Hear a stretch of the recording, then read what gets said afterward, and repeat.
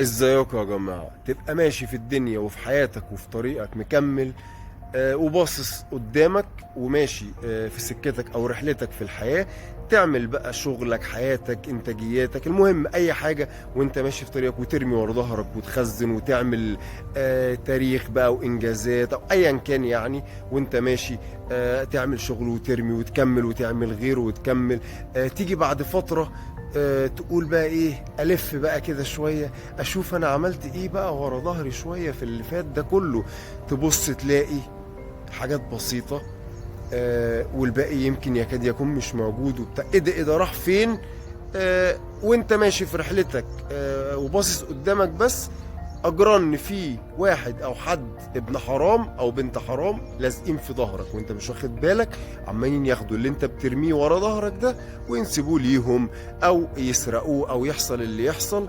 وانت تبص تلاقي ايه ده فين يا جماعة اللي انا عملته؟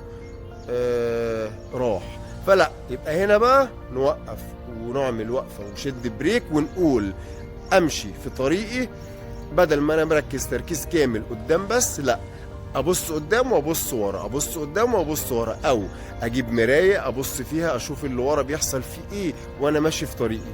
فالرأي هنا اختلف، بيقول لك طب ما انت كده هتتأخر وانت ماشي قدام. مش مشكلة، انا رأيي الشخصي المتواضع بقول اتأخر بس اوصل وانا متابع قدام ورا عشان ما اخدش على قفايا، او بدل ما انا ما اوصلش اصلا خالص، او اوصل وانا خسران ومفيش اي حاجه ورا ظهري كله راح.